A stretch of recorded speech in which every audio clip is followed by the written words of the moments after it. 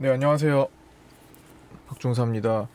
자, 오늘 시장 크게 특이 사항이 없었던 하루 같습니다. 어제 이어서 좀 무난하게 상승 포지션 잡고 가면 되고요. 됐었고요. 말씀드린 대로 조정장의 가능성이 많이 사라졌다라는 거 일단 1차적으로 그 연휴가 있기 전에 제가 조정장의 가능성을 말씀을 드렸는데 좀 그만큼 많이 올라왔기도 하고 잠깐 쉬어가는 때가 됐을 수 있다. 그게 어떤 내용으로 가냐가 이제 문제겠지요. 그래서 나올 수 있었는데 그 연휴가 지나가면서 그 재료가 1차적으로 소멸이 됐었죠. 우리가 석가탄신일부터 실질적인 중간에 이제 하루 거래일 빼면 어린이날까지 해가지고 좀 긴 시간 동안 연휴를 보냈는데 그 시기에 소멸된 재료가 두 가지가 있었다라는 겁니다. 첫 번째로 김정은에 대한 악재. 제가 이거는 없어질 거라고 미리 말씀드렸던 거고, 김정은은 사실 악재의 요소도 아니었는데 괜히 시장만 흔든 모습이 되었다. 그다음에 두 번째로 해외 증시의 일단 흐름이었는데, 연휴에 들어가기 전에 미증시가 사실 꺾이는 분위기가 살짝 있었어요, 단기적으로. 근데 우리가 쉬는 동안에 내려갔다가 다시 원위치를 시켜놨어요. 내려갔다가 원위치를 시켜놔가지고 또 오늘까지도 현재 나스닥 선물이 1% 올라가면서 오늘 9,000포인트를 가느냐 마느냐가 이제 밤에 싸움이 될 것 같아요. 9,000포인트를 이제 가느냐, 이렇게 가느냐 마느냐 싸움인데, 저는 사실 미국 증시 다시 신고가 갈 수 있다라고 보는 입장이잖아요. 계속 말씀드렸듯 트럼프 재선 노리고, 그러니까 미국의 대선에 맞춰가지고 시장을 무너뜨릴 요소를 최소화시키겠죠. 지금 미국과 중국 지금 또 무역 전쟁이 발발하냐 마냐 이러고 있잖아요. 예전처럼 그렇게 좀 이렇게 심화되기가 어렵다고 봅니다. 설령 나와도 증시 자체로는 조금 그때와 다른 환경이 될 수가 있어요. 어쨌든 미중 무역 전쟁이라는 것은 과거에도 있었던 재료이기 때문에 다시 반복이 되면 그 재료는 약해집니다. 그 재료의 강도가 많이 줄어들어서 내성이 쌓인 시장이라는 거예요. 내공이 쌓여 있다는 겁니다. 미중 무역 전쟁 또야? 이렇게 되는 거예요. 저번에 이제 북한이 총격전 미사일 쏘고 막 이런 것들 있잖아요. 핵심을 하고 다 항상 그래왔잖아요. 아이고 또야? 북한 미사일이래? 또야? 또 너야? 이렇게 돼버린다고요. 김정은도 이번에 2014년을 경험하셨던 분도 제가 그걸 말씀드렸잖아요. 어게인 2014. 또야? 또 자맹이야? 응? 왜 사망설이 도는데 또 그래? 자꾸만 한 번 나왔던 재료 그리고 반복됐던 거는 그만큼 시장에서 힘이 약해집니다. 그래서 지금 최근에 이제 괴담이라고 하긴 좀 그렇다. 설 이제 예를 들어 4월 시장 안 좋은 거 4월에 이제 시장 폭락한다라는 그런 4월 위기설 그런 것도 있었잖아요. 4월 위기는 무슨커녕 최고로 좋은 한 달이었죠. 4월 위기설 이런 것도 있고 항상 위기설, 그리고 또 코로나가 가을쯤 돼서 또 한 번 크게 일어날 거다, 재확산이 될 거다라는 그런 설도 있죠. 코로나가 누가 그러면 고의적으로 그때 가서 만든답니까? 그거 어떻게 알아요? 그때 가서 누군가 코로나 바이러스를 막 뿌린대요? 그거 어떻게 알아요? 누군가 만들어서 나오는 설들, 그거 왜 나오는지 잘 생각해보세요. 이번에도 그 경험하셨잖아요. 김정은에 대한 찌라시가 과연 시장을 어떻게 흔들고 결과적으로 어떻게 갔는지. 거기서 우리가 취한 스탠스는 뭔지. 제가 이렇게 가시라고 말씀드렸던 스탠스가 뭔지. 흔들리지 마세요. 찌라시 난무합니다. 이런 찌라시 듣고 이런 설도 있고 이것저것 많이 나와요. 사람의 심리를 흔들고 지금 시장에 개인들이 많이 들어와 있잖아요. 그래서 그런 찌라시들을 많이 유포를 해요. 실제로도 금방 흔들 수가 있거든요. 언론 뉴스 보고 매매를 한다고요. 사고팔고를 정말 많은 사람들이. 그래서 그런 것들은 사실 딱 그것만 보고 증시를 매매를 판단하는 거는 조금 사실 좋은 결과가 나오기는 어렵고요. 실제로는 선물 옵션 시장, 금융시장의 흐름을 가장 중요시 여겨야 된다고 말씀드렸죠. 그래서 코로나 이 재확산? 아니, 불가능한 건 아니겠죠. 근데 그때 가서 봐야죠. 그때 가서 그때 가서. 그리고 한 번 나왔던 재료이기 때문에 시장은 지난번처럼 선물 옵션도 대응을 못할 정도로 빠른 속도로 내려오는 경우는 그렇게 되진 않습니다. 그리고 미리 어느 정도는 감지할 수 있어요. 이번에는 두 번째이기 때문에 미처 예상치 못한 것들이 이제 꼼짝없이 당하는 거고, 선물 시장이든 옵션 시장이든 그냥 일반 현물 주식 시장이든 예상할 수 있는 범위에는 움직이면 다 대응이 됩니다. 그리고 먼저 나왔던 재료들, 두 번째 그런 것들은 너무 크게 우려하지 않으셔도 됩니다. 그런 우려 때문에 지금 좋은 시장이 계속 지나가는 거거든요. 그 다음에 미중도 마찬가지죠. 미중 무역 전쟁도 마찬가지입니다. 항상 크게 그것 때문에 지금 2년간 고통스러웠잖아요. 시장이 어찌 됐든 간에 뭐 그 중간에 뭐 종목은 당연히 종목은 개별적으로 뭐 엄청나게 많이 올라간 것도 있고 막 그랬겠지만, 시장 전체적으로는 사실 그 기간 동안에 미중 무역 전쟁이 일어난 그 기간 동안에 이렇게 내려왔잖아요. 결과적으로 어쨌든 다시 맞이하는 미중 무역 전쟁, 시장에서는 그렇게 효력을 발휘하지 못할 가능성이 높습니다.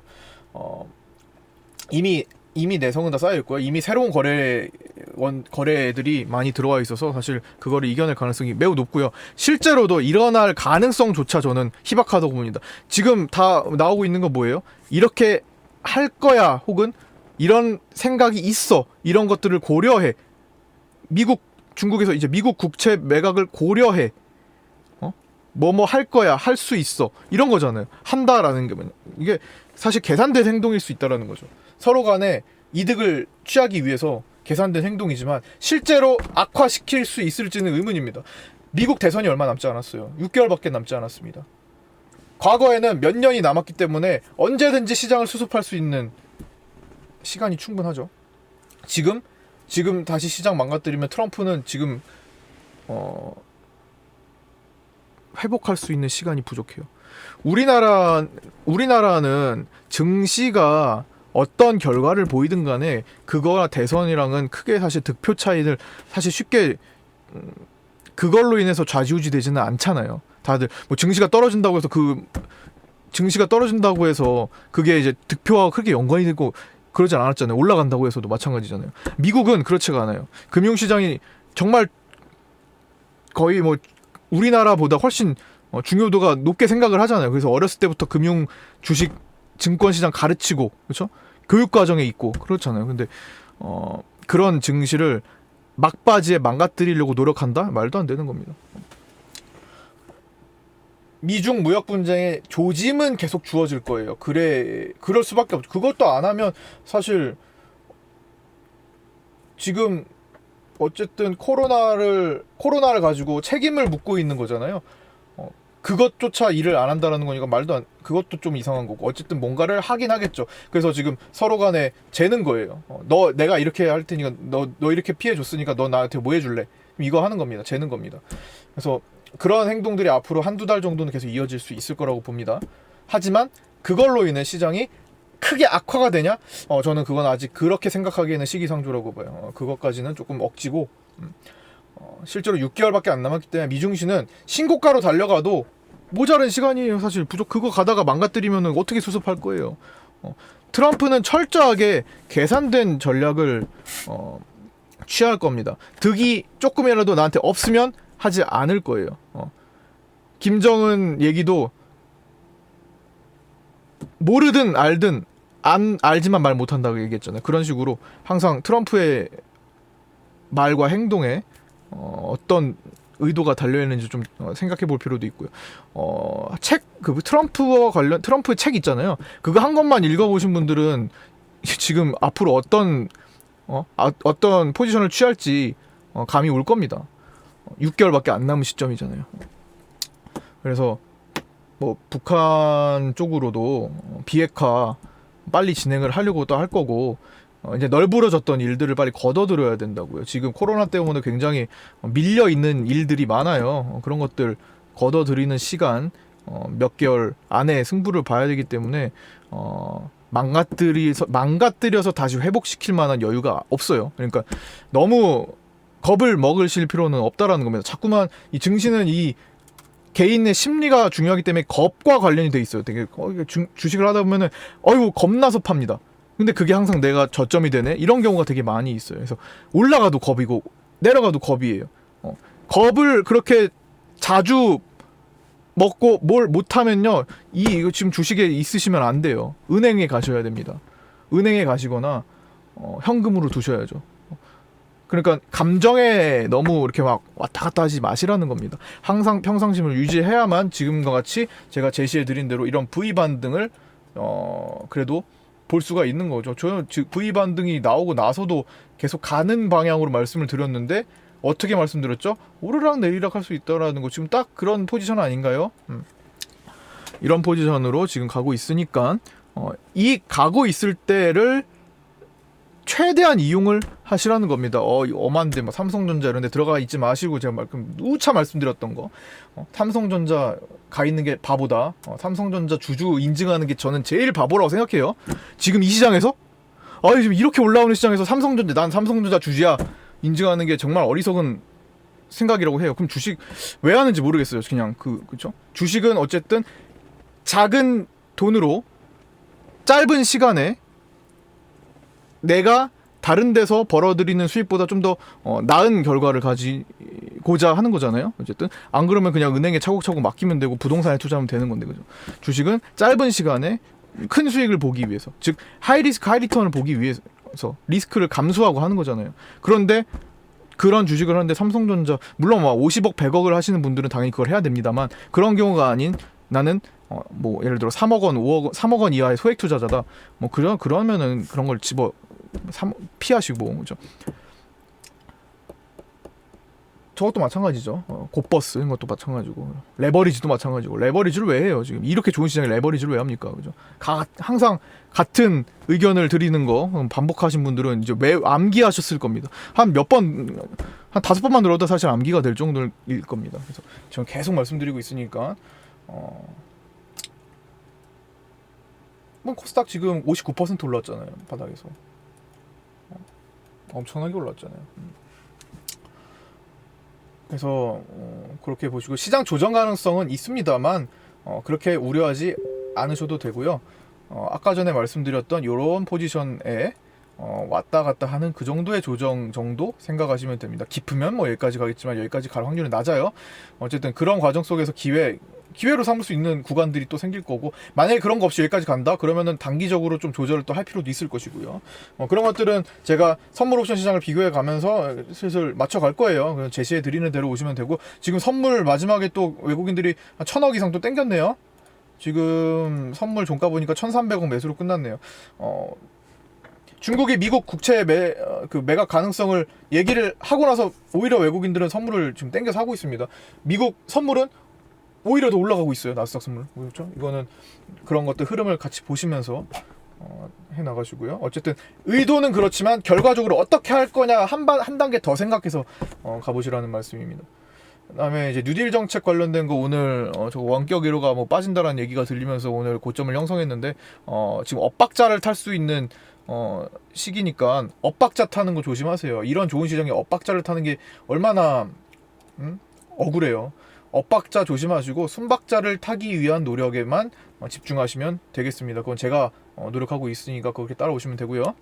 같이 하시는 분들은 뭐 로봇, IT, 자율주행 이쪽으로도 정책적으로 계속 얘기가 언급이 될 것 같고요. 추가적으로 이제 3주년 때 이제 문재인 대통령 3주년 뭐 그런 거 가면은 이제 옛날에 강조했던 수소차 같은 거, 수소차, 대북 이런 것들을 계속 관심 있게 보셔야 되고, 정치 테마주들은 앞으로 대선 시즌 때 이제 판을 만들어야 되기 때문에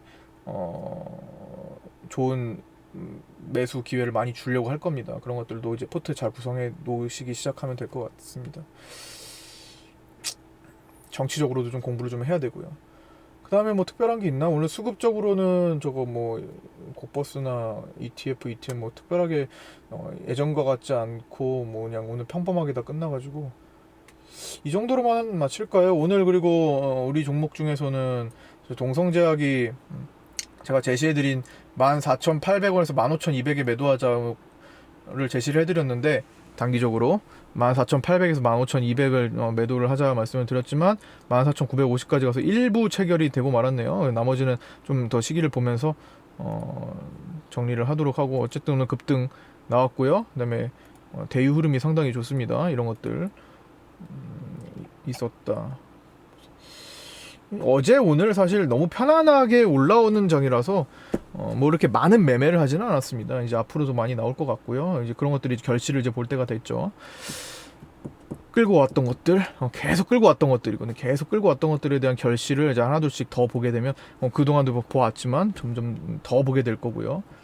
어쨌든 이거는 시장의 굵직한 전략이 저는 가는 방향으로 3월 한 달 반 동안 계속 안내를 해왔기 때문에 계속 볼 수 있었던 거라고 생각을 합니다. 자, 여기까지 마치도록 하겠습니다. 모두 고생 많으셨고요. 내일은 어버이날 금요일이네요. 내일 붉은 모드가 되기를 기원하면서 여기까지 마치도록 하겠습니다. 자, 수고 많으셨습니다. 마칠게요.